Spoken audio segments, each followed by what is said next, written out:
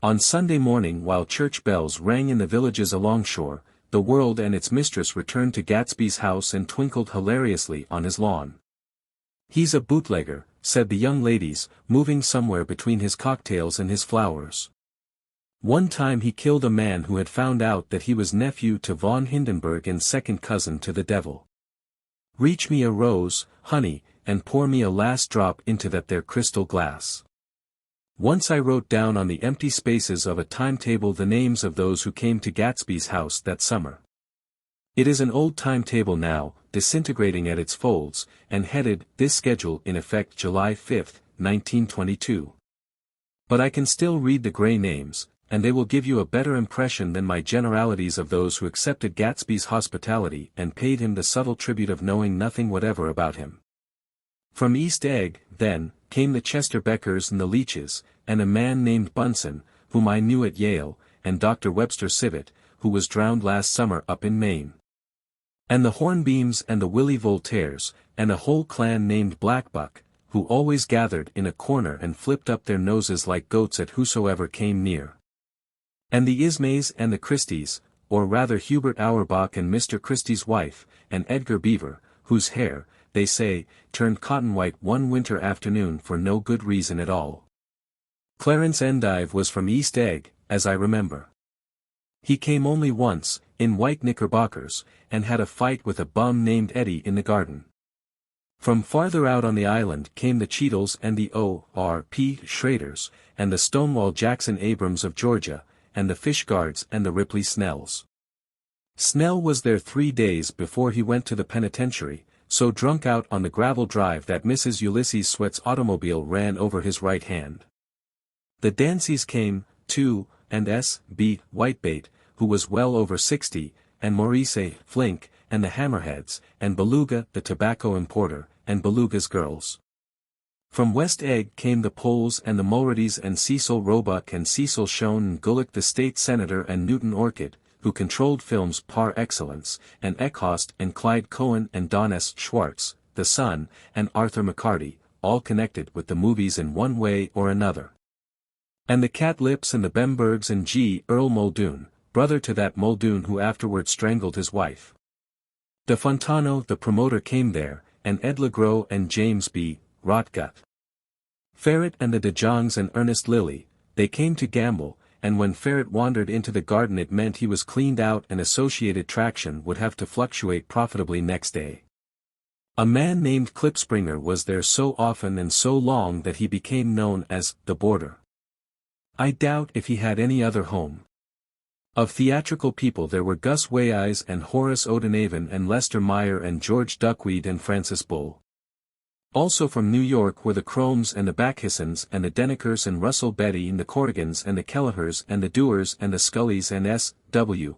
Belcher and the Smirks and the young Quinns, divorced now, and Henry L. Palmetto, who killed himself by jumping in front of a subway train in Times Square. Benny McClenahan arrived always with 4 girls. They were never quite the same ones in physical person, but they were so identical one with another that it inevitably seemed they had been there before.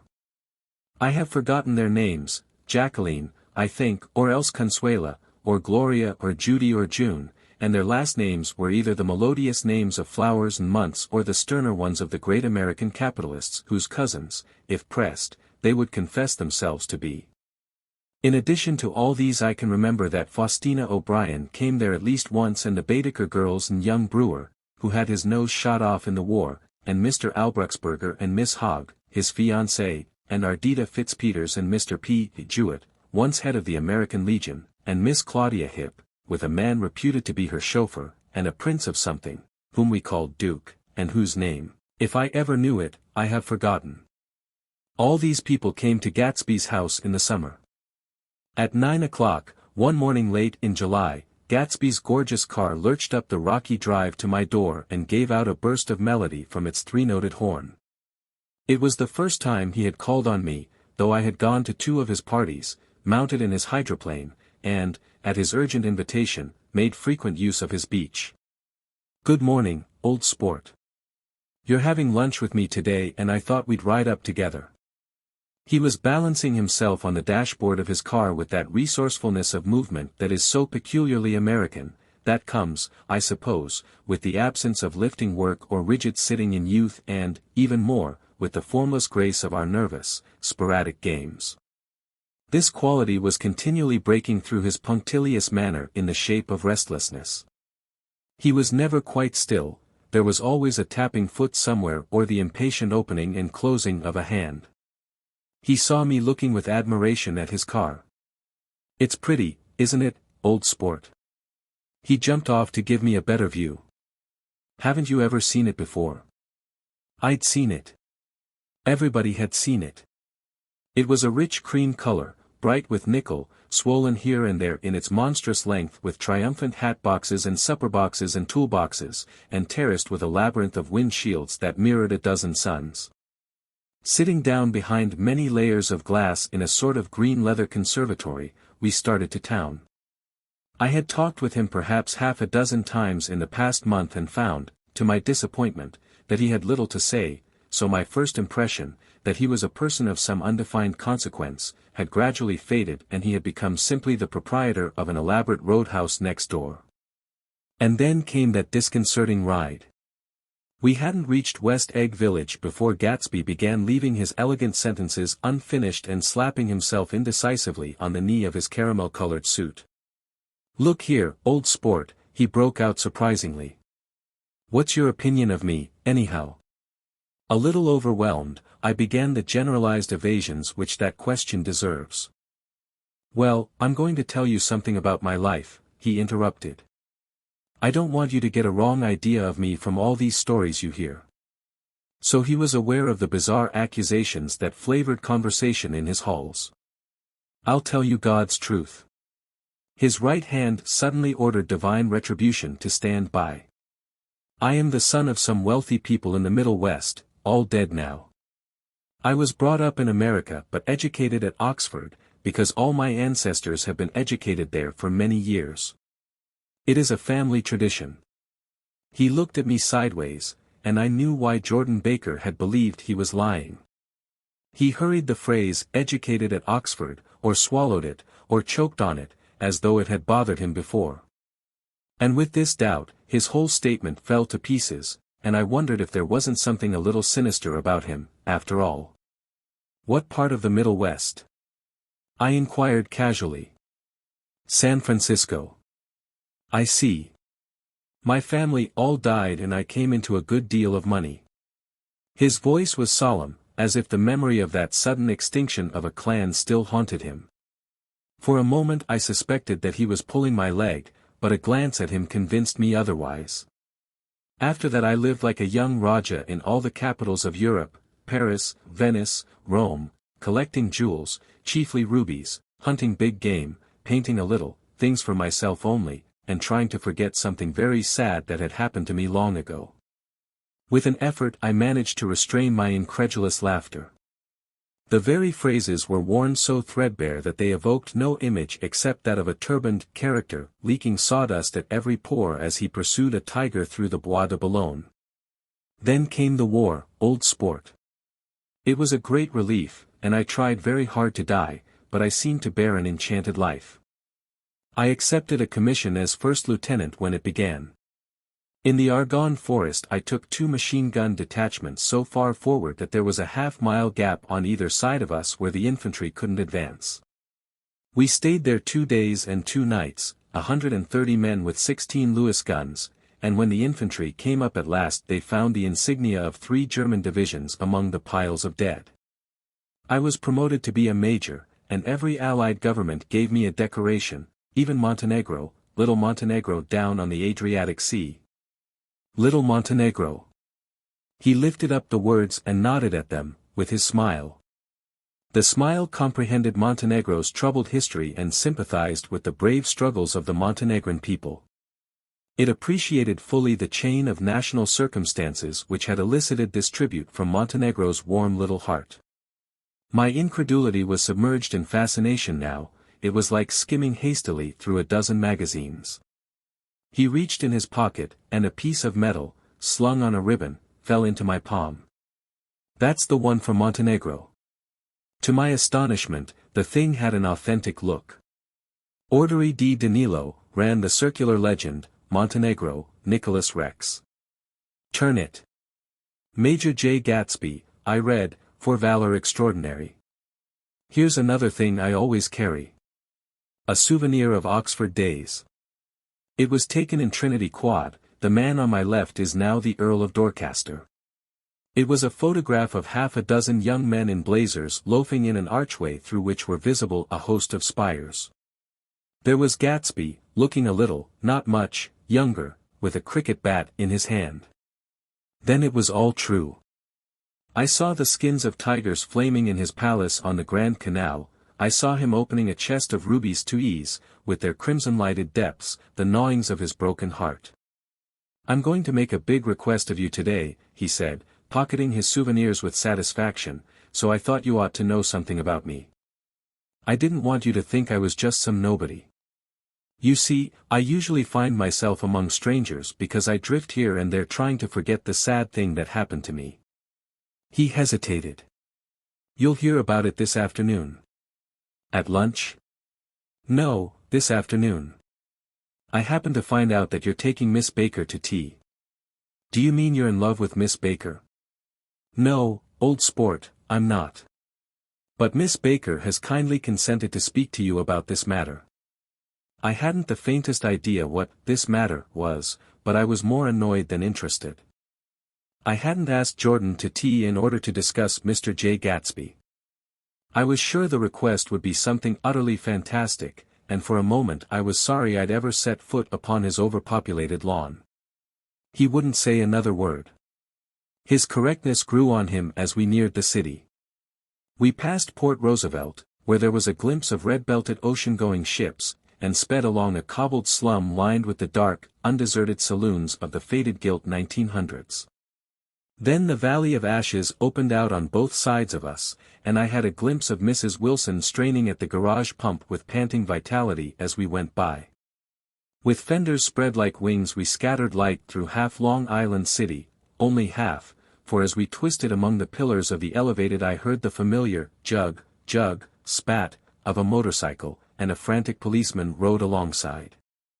All right, old sport, called Gatsby. We slowed down. Taking a white card from his wallet, he waved it before the man's eyes. Right you are, agreed the policeman, tipping his cap. No, you next time, Mr. Gatsby. Excuse me. What was that? I inquired. The picture of Oxford. I was able to do the commissioner a favor once, and he sends me a Christmas card every year. Over the Great Bridge, with the sunlight through the girders making a constant flicker upon the moving cars, with the city rising up across the river in white heaps and sugar lumps all built with a wish out of non-olfactory money. The city seen from the Queensborough Bridge is always the city seen for the first time, in its first wild promise of all the mystery and the beauty in the world.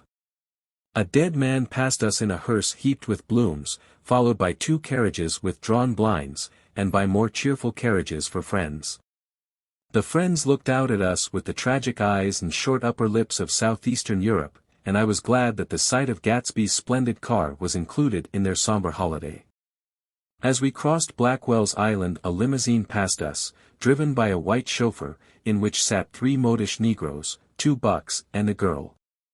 I laughed aloud as the yolks of their eyeballs rolled toward us in haughty rivalry. Anything can happen now that we've slid over this bridge, I thought, anything at all. Even Gatsby could happen, without any particular wonder. Roaring noon. In a well-fanned 42nd Street cellar I met Gatsby for lunch. Blinking away the brightness of the street outside, my eyes picked him out obscurely in the anteroom, talking to another man. Mr. Carraway, this is my friend Mr. Wolfsheim. A small, flat-nosed Jew raised his large head and regarded me with 2 fine growths of hair which luxuriated in either nostril. After a moment I discovered his tiny eyes in the half-darkness. So I took one look at him, said Mr. Wolfsheim, shaking my hand earnestly, and what do you think I did? What? I inquired politely. But evidently he was not addressing me, for he dropped my hand and covered Gatsby with his expressive nose. I handed the money to Catspaw and I said, "All right, Catspaw, don't pay him a penny till he shuts his mouth." He shut it then and there. Gatsby took an arm of each of us and moved forward into the restaurant, whereupon Mr. Wolfsheim swallowed a new sentence he was starting and lapsed into a somnambulatory abstraction. "Highballs?" asked the head waiter. "This is a nice restaurant here," said Mr. Wolfsheim, looking at the Presbyterian nymphs on the ceiling. "But I like across the street better." "Yes, highballs," agreed Gatsby, and then to Mr. Wolfsheim, "It's too hot over there." "Hot and small, yes," said Mr. Wolfsheim, "but full of memories." "What place is that?" I asked. "The old Metropole." "The old Metropole," brooded Mr. Wolfsheim gloomily.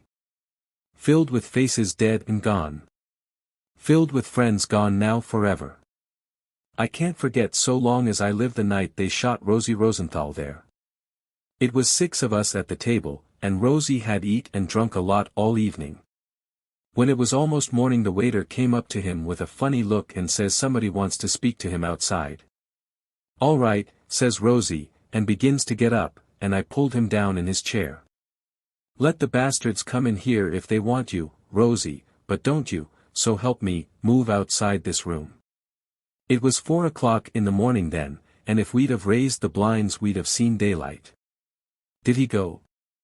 I asked innocently. "Sure he went." Mr. Wolfsheim's nose flashed at me indignantly. He turned around in the door and says, "Don't let that waiter take away my coffee."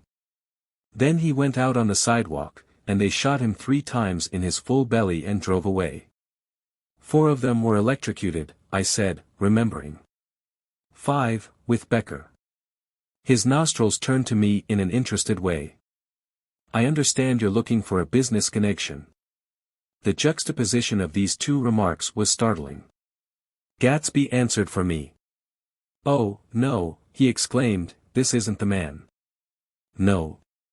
Mr. Wolfsheim seemed disappointed. "This is just a friend. I told you we'd talk about that some other time." "I beg your pardon," said Mr. Wolfsheim, "I had a wrong man." A succulent hash arrived, and Mr. Wolfsheim, forgetting the more sentimental atmosphere of the old Metropole, began to eat with ferocious delicacy. His eyes, meanwhile, roved very slowly all around the room. He completed the arc by turning to inspect the people directly behind. I think that, except for my presence, he would have taken one short glance beneath our own table.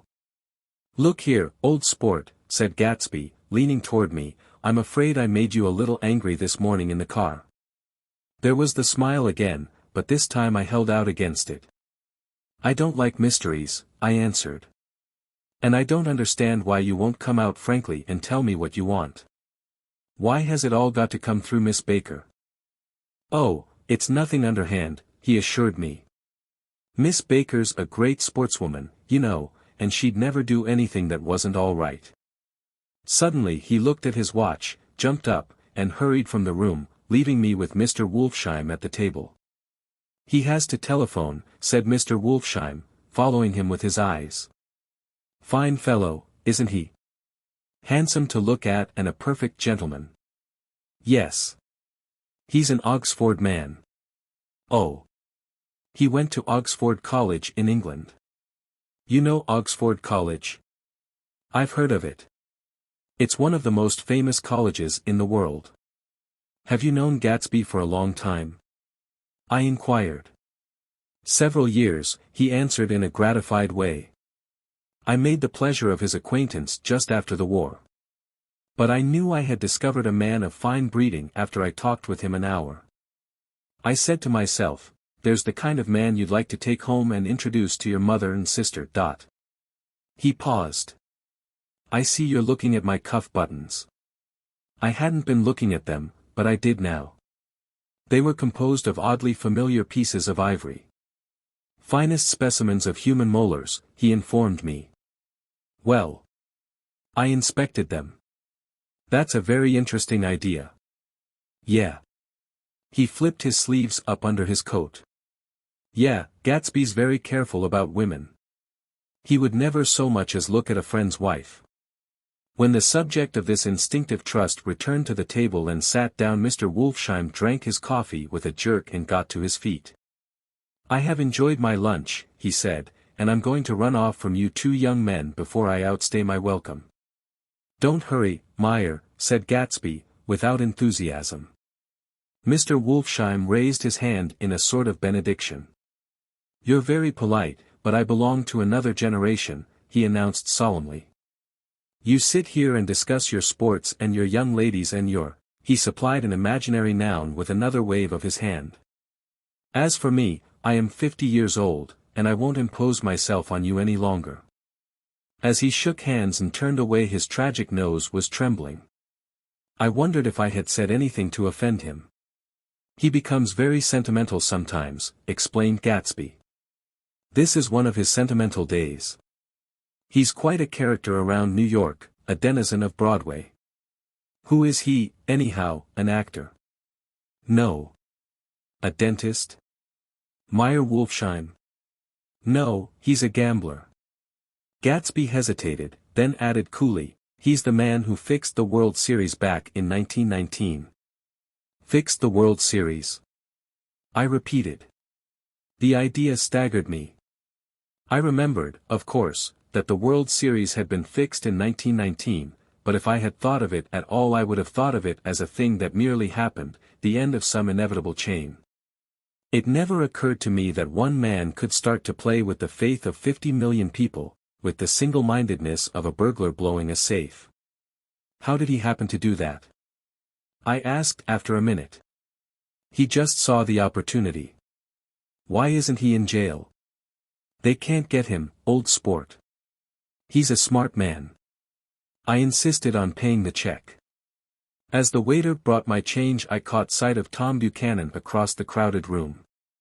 "Come along with me for a minute," I said, "I've got to say hello to someone." When he saw us, Tom jumped up and took half a dozen steps in our direction. "Where've you been?" he demanded eagerly. "Daisy's furious because you haven't called up. This is Mr. Gatsby, Mr. Buchanan." They shook hands briefly, and a strained, unfamiliar look of embarrassment came over Gatsby's face. "How've you been, anyhow?" demanded Tom of me. "How'd you happen to come up this far to eat?" "I've been having lunch with Mr. Gatsby." I turned toward Mr. Gatsby, but he was no longer there. "One October day in 1917. Said Jordan Baker that afternoon, sitting up very straight on a straight chair in the tea garden at the Plaza Hotel. I was walking along from one place to another, half on the sidewalks and half on the lawns. I was happier on the lawns because I had on shoes from England with rubber knobs on the soles that bit into the soft ground. I had on a new plaid skirt also that blew a little in the wind, and whenever this happened the red, white, and blue banners in front of all the houses stretched out stiff and said tut tut tut tut, in a disapproving way. The largest of the banners and the largest of the lawns belonged to Daisy Fay's house. She was just 18, 2 years older than me, and by far the most popular of all the young girls in Louisville.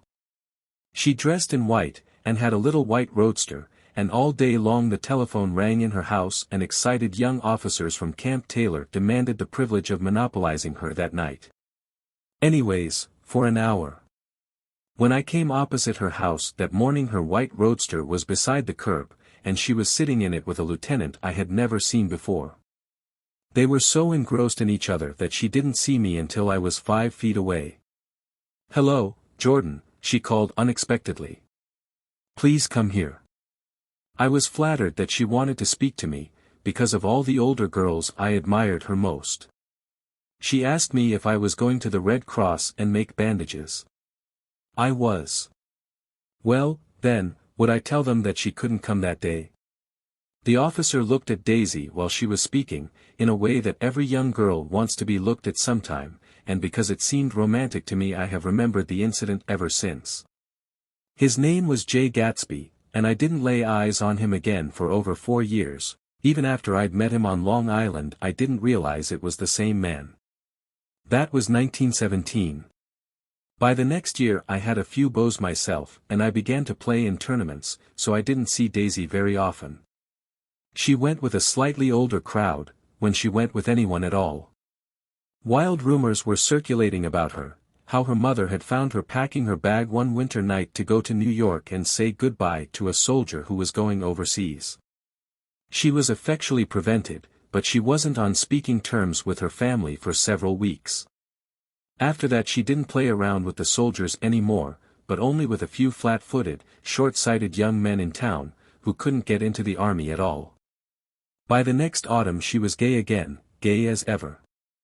She had a debut after the armistice, and in February she was presumably engaged to a man from New Orleans. In June she married Tom Buchanan of Chicago, with more pomp and circumstance than Louisville ever knew before. He came down with 100 people in 4 private cars, and hired a whole floor of the Muhlbach Hotel, and the day before the wedding he gave her a string of pearls valued at $350,000. I was bridesmaid. I came into her room half an hour before the bridal dinner, and found her lying on her bed as lovely as the June night in her flowered dress, and as drunk as a monkey. She had a bottle of Sauterne in one hand and a letter in the other. "Gratulate me," she muttered. "Never had a drink before, but oh how I do enjoy it." "What's the matter, Daisy?" I was scared, I can tell you, I'd never seen a girl like that before. "Here, dears." She groped around in a wastebasket she had with her on the bed and pulled out the string of pearls. "Take M downstairs and give M back to whoever they belong to. Tell M all Daisy's change her mine. Say, Daisy's change her mine, . She began to cry, she cried and cried. I rushed out and found her mother's maid, and we locked the door and got her into a cold bath. She wouldn't let go of the letter. She took it into the tub with her and squeezed it up into a wet ball, and only let me leave it in the soap dish when she saw that it was coming to pieces like snow. But she didn't say another word. We gave her spirits of ammonia and put ice on her forehead and hooked her back into her dress, and half an hour later, when we walked out of the room, the pearls were around her neck and the incident was over. Next day at 5 o'clock she married Tom Buchanan without so much as a shiver, and started off on a 3-month trip to the South Seas. I saw them in Santa Barbara when they came back, and I thought I'd never seen a girl so mad about her husband. If he left the room for a minute she'd look around uneasily, and say, "Where's Tom gone?" and wear the most abstracted expression until she saw him coming in the door. She used to sit on the sand with his head in her lap by the hour, rubbing her fingers over his eyes and looking at him with unfathomable delight. It was touching to see them together, it made you laugh in a hushed, fascinated way. That was in August. A week after I left Santa Barbara Tom ran into a wagon on the Ventura Road one night, and ripped a front wheel off his car. The girl who was with him got into the papers, too, because her arm was broken. She was one of the chambermaids in the Santa Barbara Hotel. The next April Daisy had her little girl, and they went to France for a year.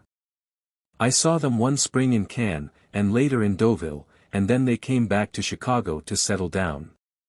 Daisy was popular in Chicago, as you know. They moved with a fast crowd, all of them young and rich and wild, but she came out with an absolutely perfect reputation. Perhaps because she doesn't drink. It's a great advantage not to drink among hard-drinking people. You can hold your tongue, and, moreover, you can time any little irregularity of your own so that everybody else is so blind that they don't see or care. Perhaps Daisy never went in for amour at all, and yet there's something in that voice of hers. Well, about 6 weeks ago, she heard the name Gatsby for the first time in years. It was when I asked you, do you remember? If you knew Gatsby in West Egg. After you had gone home she came into my room and woke me up, and said, "What Gatsby?" And when I described him, I was half asleep, she said in the strangest voice that it must be the man she used to know. It wasn't until then that I connected this Gatsby with the officer in her white car. When Jordan Baker had finished telling all this we had left the plaza for half an hour and were driving in a Victoria through Central Park. The sun had gone down behind the tall apartments of the movie stars in the West 50s, and the clear voices of girls, already gathered like crickets on the grass, rose through the hot twilight. "I'm the Sheik of Araby. Your love belongs to me. At night when you are asleep. Into your tent I'll creep. It was a strange coincidence, I said. But it wasn't a coincidence at all. Why not? Gatsby bought that house so that Daisy would be just across the bay. Then it had not been merely the stars to which he had aspired on that June night. He came alive to me, delivered suddenly from the womb of his purposeless splendor. He wants to know, continued Jordan, if you'll invite Daisy to your house some afternoon and then let him come over. The modesty of the demand shook me. He had waited 5 years and bought a mansion where he dispensed starlight to casual moths, so that he could come over some afternoon to a stranger's garden. Did I have to know all this before he could ask such a little thing? He's afraid, he's waited so long. He thought you might be offended. You see, he's a regular tough underneath it all. Something worried me. Why didn't he ask you to arrange a meeting? He wants her to see his house, she explained. And your house is right next door. Oh. I think he half expected her to wander into one of his parties, some night, went on Jordan, but she never did. Then he began asking people casually if they knew her, and I was the first one he found. It was that night he sent for me at his dance, and you should have heard the elaborate way he worked up to it. Of course, I immediately suggested a luncheon in New York, and I thought he'd go mad. I don't want to do anything out of the way, he kept saying. I want to see her right next door. When I said you were a particular friend of Tom's, he started to abandon the whole idea. He doesn't know very much about Tom, though he says he's read a Chicago paper for years just on the chance of catching a glimpse of Daisy's name. It was dark now, and as we dipped under a little bridge I put my arm around Jordan's golden shoulder and drew her toward me and asked her to dinner. Suddenly I wasn't thinking of Daisy and Gatsby anymore, but of this clean, hard, limited person, who dealt in universal skepticism, and who leaned back jauntily just within the circle of my arm. A phrase began to beat in my ears with a sort of heady excitement: there are only the pursued, the pursuing, the busy and the tired. And Daisy ought to have something in her life, murmured Jordan to me. Does she want to see Gatsby? She's not to know about it. Gatsby doesn't want her to know. You're just supposed to invite her to tea. We passed a barrier of dark trees, and then the facade of 59th Street, a block of delicate pale light, beamed down into the park. Unlike Gatsby and Tom Buchanan, I had no girl whose disembodied face floated along the dark cornices and blinding signs, and so I drew up the girl beside me, tightening my arms. Her wan, scornful mouth smiled, and so I drew her up again closer, this time to my face.